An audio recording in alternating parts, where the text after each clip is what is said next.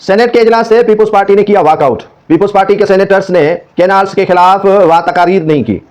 वज़ीर कानून नज़ीर तारड़ ने कहा कि आएँ और यहाँ डिबेट करें और इजलास में आप हमें कोई मुतमईन करदा बातें सुनाएं, कहें और हमसे भी सुने। लेकिन पीपुल्स पार्टी की जो वहाँ पर पार्लियामानी शायद लीडर हैं शेरी रहमान, उनकी क़यादत में सेनेटर्स ने वॉकआउट किया और कैनाल्स के खिलाफ उन्होंने मीडिया से गुफ्तगू की। पीपुल्स पार्टी पर इल्ज़ाम लगाया जा रहा है कि पीपुल्स पार्टी इन कैनालों के खिलाफ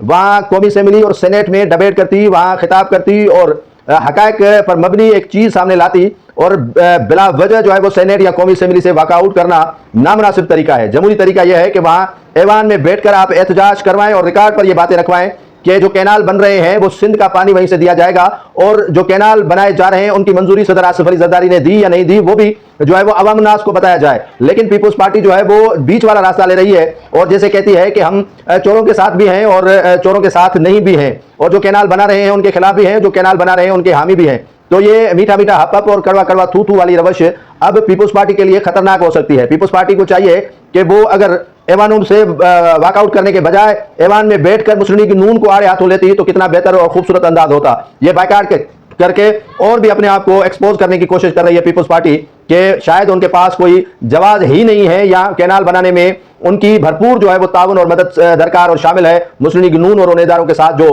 कैनाल बना रहे हैं। तो लिहाजा पीपुल्स पार्टी की क़यादत को सोचना चाहिए कि सेनेट और कौमी असेंबली के अंदर भरपूर तरीके से इन कैनालों के खिलाफ एहतजाज भी करें और वहां तकारीर करके आलमी जो इदारे हैं उनके यहाँ ये आवाज़ पहुंचाएं कि सिंध के साथ कोई कितनी बड़ी ज्यादती हो रही है कैनाल बनाने के हवाले से।